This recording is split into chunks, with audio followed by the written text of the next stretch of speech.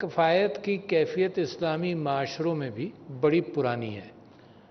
تو یہ آج کل کے ماحول کے حوالے سے لوگ اگر کوئی بات کریں تو ذہن میں رکھیں کہ ہماری اساس، ہماری اوریجن کے اندر کفایت شامل ہے، کیونکہ پاکستان کے اندر اکثریت مسلمانوں کی ہے۔ تو اگر اپنی تاریخ پر بھی آپ نظر ڈالیں تو حضور اکرم صلی اللہ علیہ وسلم کی زندگی کے اندر آپ کو یہ بہت ملے گا۔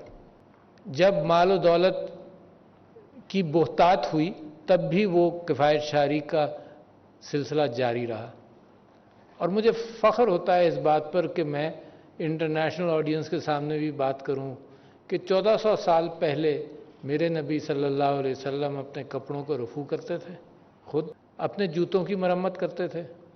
تو یہ ایک ٹریڈیشن تھا جس میں فخر کیا جائے۔ فخر کس بات پر کہ نیچرل ریسورسز کی، ارتھ کے ریسورسز کی کوئی حد ہے، ضیاع مت کرو۔